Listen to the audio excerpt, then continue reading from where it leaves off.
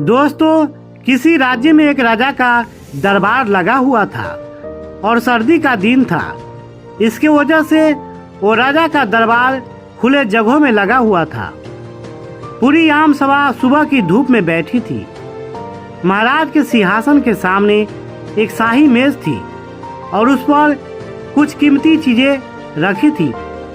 पंडित लोग, मंत्री और दीवान आदि सभी दरबार में बैठे थे और राजा के परिवार के सदस्य भी बैठे थे।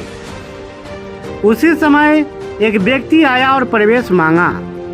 प्रवेश मिल गया तो उसने कहा, मेरे पास 2 वस्तुएं हैं। मैं हर राज्य के राजा के पास जाता हूँ और अपनी वस्तुओं को रखता हूँ, पर कोई परख नहीं पाता, सब हार जाते हैं और मैं विजेता बनकर घूम रहा हूँ। अब आपके नगर में आया हूँ। राजा ने बुलाया और कहा, क्या वस्तु है? उसने दोनों वस्तुएं उस कीमती मेज पर रख दी।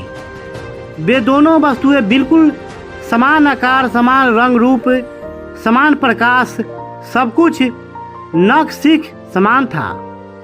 दोनों एक जैसी दिखने वाली चीजों में अंतर बताओ। राजा ने कहा, ये दोनों वस्तुएं तो एक है।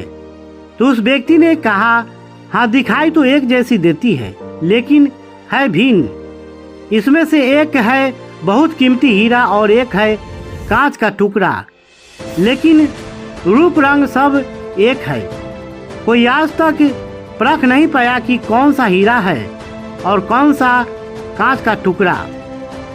अगर किसी ने परख लिया तो मैं अपनी हार स्वीकार कर लूँगा और यह कीमती हीरा मैं आपके राज्य की तिजोरी में जमा करवा दूंगा।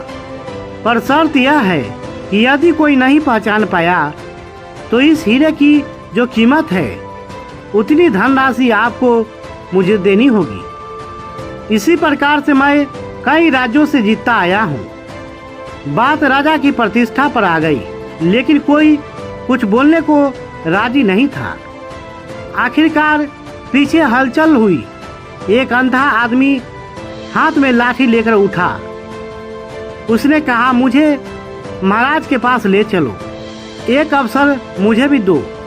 एक आदमी के सहारे वह राजा के पास पहुंचा। उसने राजा से प्रार्थना की, मैं तो जन्म से अंधा हूँ, फिर भी मुझे एक अवसर दिया जाए। हो सकता है कि सफल हो जाऊं, और यदि सफल न भी हुआ तो ऐसे भी आप तो हारे ही हैं। राजा को लगा कि इसे अवसर देने में क्या हर्ज है। राजा ने कहा, ठीक है। जैसे ही उस शख्स ने दोनों चीजों को छुआ तो बता दिया कि कौन सा हीरा है और कौन सा कांच है। जो आदमी इतने राज्यों को जीत कर आया था वह नतमस्तक हो गया और बोला, सही है, आपने पहचान लिया, धन्य हो आप।